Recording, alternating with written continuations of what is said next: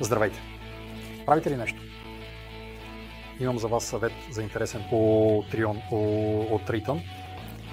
Вече малко се чувствам като посланик на тази марка, защото през ръцете ми са минали толкова много нейни продукти и повечето бяха солидни, че вече се чувствам като най-големия експерт по тази марка, поне тук в Чехия.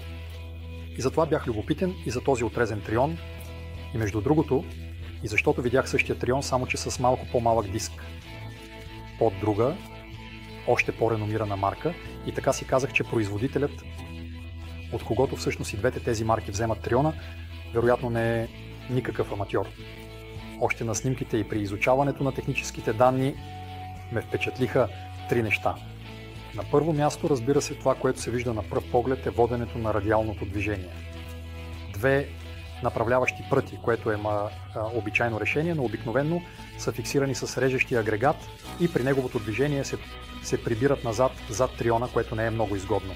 Напоследък все по-често се появява това решение, независимо дали с два или повече пръта, които са фиксирани напред и по тях агрегата се движи. Второто нещо, което ме впечатли още на снимката е моторът. Неговото положение спрямо диска от ъгъл от 45 градуса. Това има предимството, че можете да накланяте диска при рязане както на едната, така и на другата страна. Ако имате Трион, който има мотор перпендикулярно, обикновено може да се накланя само на едната страна. Съществуват и други решения, но това решение е много компактно и най-вече функционално. Този Трион, благодарение на своята променливост, позволява да се правят всъщност всички видове разрези, което означава както наклонени, така и скосени, но и комбинирани, когато настройвате както наклона, така и скоса и режете, и то както на едната, така и на другата страна.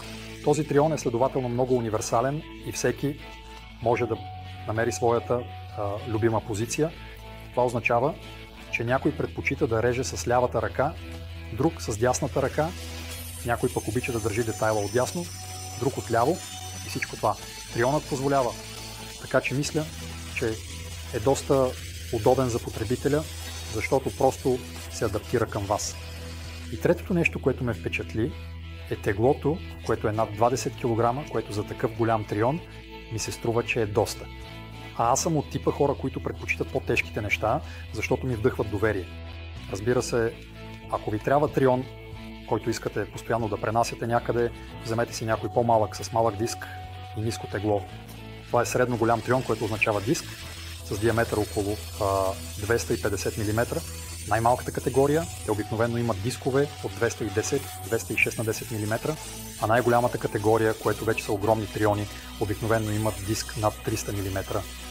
Това е средата и за повечето неща, които обикновеният нуластов не само любител, но и професионалист в своята практика прави, този Трион е напълно достатъчен. И дълбочината на рязане е перфектна. Освен всички възможни и невъзможни позиции за рязане, Трионът има и транспортна позиция, при която дискът се прибира назад, заключва се срещу движение. След това Трионът се накланя надолу и се заключва срещу свиване. Използвате дръжката, с помощта на която можете относително лесно да пренасяте Триона. При транспортиране Cochlear Mesh със сигурност ще оцените още една малка хитрост, а именно пространството за навиване на кабела. А когато искате да го развиете, не е нужно да го развивате ръчно, а просто го накланяте и го сваляте и го надолу. И след това има неща, които ме приятно изненадаха чак след първото изпробване или след известно време на работа и може би най-много ме зарадва изсмукването. Тази пила от завода има зад диска огромен тунел за отвеждане на стърготините, но за съжаление в този тунел отиват със сигурност по-малко от половината от всички стърготини, което е жалко, защото е достатъчно съвсем просто временно решение. Например от картон, идеално от някаква тънка гумена маншета. И в този момент пилата изсмуква или отвежда стърготините, може би най-добре от всички отрезни пили, които съм виждал. В този случай, при тази конфигурация, дори аз не се страхувам да използвам пилата в работилницата, защото огромната част отива или в торбичката, или в изсмуквача, който използвам. Иначе, искам да ви обърна внимание, че тук има доста голям диаметър, конкретно 58 мм, и това всъщност е стандарт, който ще намерите при индустриалните работилнични прахосмукачки така че обикновената накрайник от прахосмокачка няма да пасне. Аз го решавам така, че имам своя класически маркуч от прахосмокачка и един такъв резервен лъч или удължителен, още от Rocklayer. А тези два маркуча ги свързвам взаимно с напълно обикновени накрайници и на двата края имам след това големите, които пасват на прахосмокачката. Това означава, че единия го слагам в прахосмокачката, а другия тук в триона, а тази от и смуквам. И това, разбира се, е още малко по-добре, отколкото когато имате там турбичка, защото въздушният поток отнася и другите стърготини, които иначе биха отишли настрани. Когато казах, че най-много ме зарадва изсмукването, това беше малко преувеличение, защото разбира се, първото, което ви интересува при циркулярния трион е точността. Така че и точността ме зарадва, защото без да настройвам нищо, реже много точно. Когато говорим за точност, трябва да спомена и лазера. Аз лично не използвам лазера много често, но този е наистина добре проектиран. В миналото, когато съм имал триони, лазерите обикновено бяха под диска и не беше съвсем както трябва. Този всъщност работи на подобен принцип, както днес при някои марки има бели диоди. И дискът след това хвърля сянка върху обработвания материал и по това определяте линията на рязане. Тук е нещо подобно, само че вместо бяла диода има червена ярода и вие всъщност проектирате лъча също през диска. Благодарение на това, че дискът може да се накланя и в двете посоки и двете ограничителни линии, трябва да бъдат всъщност регулируеми както надясно, така и наляво, което тук е така. Освен това, повдигнатата част може лесно да се премахне с помощта на такива бързо затягащи ексцентрици, а долните ниски части на линията имат отвори, чрез които можете да прикрепите и някои свои собствени ограничители, например когато трябва да режете. Така че задната страна да бъде възможно най-съвършена, можете да поставите там някаква своя собствена подложка, през която да прорежете с диска и тя ще ви осигури чист разрез и от задната страна. Иначе, разбира се, качеството на разреза можете да повлияете, наред с други неща, чрез избора на диск. Този, който е използван тук, е напълно стандартен, има 60 зъба. Реже добре, но не е напълно диск за най-чистите разрези. Това е универсален диск, който ще ви бъде удобен в повечето случаи. Ако искате някакви изключително чисти разрези, препоръчвам да си набавите още един, който ще бъде просто по-подходящ за това. Посочената максимална капацитет на разреза на пръв поглед не изглежда много ласкаво, но това е защото това е дълбочината или височината на разреза в цялата ширина на радиалното движение. С този диск обаче можете да прорежете и много по-дебел материал до 100 мм, но не в цялата ширина на обхвата. Разширяването на масата е, разбира се, тук има такива стопери, на две водещи пръчки, така че са сравнително стабилни. Отново могат да се закрепят с помощта на бързо затягащи ексцентрици. И от двете страни има още сгъваеми стопери. Накланянето на диска на едната и на другата страна всъщност се управлява с помощта на няколко различни стопери, което в началото може да бъде малко объркващо, но щом го усвоите, това значително ще ускори и, разбира се, ще прецизира вашата работа. Както може би сте забелязали, вече съм заснел малка демонстрация на този трион, защото ме впечатлиха ъглите, които са предварително зададени и имат фиксации коеси.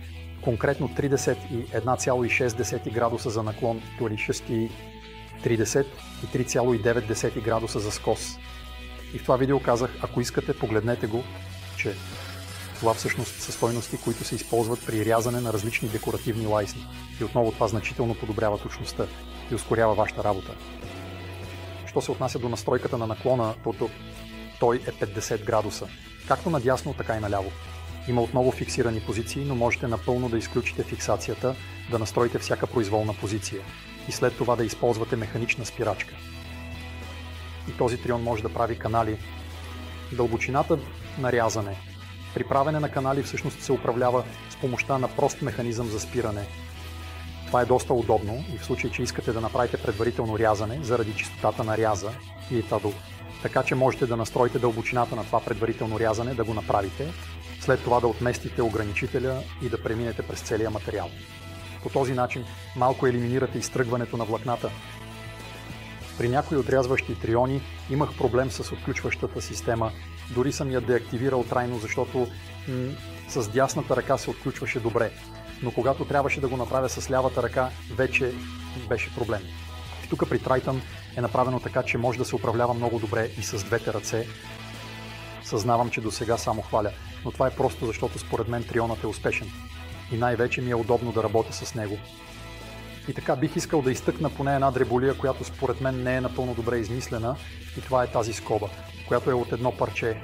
Така че ако трябва да промените височината от тънка заготовка на някаква дебела, трябва да завивате и това отнема ужасно много време, защото тук нямате нито механизъм за плъзгане, нито бързо завиващ, което е доста жалко. В същото време това би могло да се направи доста лесно. Няма съмнение, че този трион е наистина успешен, на мен също ми се работи добре с него, така че ако търсите подобно голям трион, подобно оборудван трион в тази ценова категория, около 15 000, мисля, че този модел от Triton не трябва да липсва във вашия кратък списък. Благодаря, че гледахте, бъдете добре и правете нещо.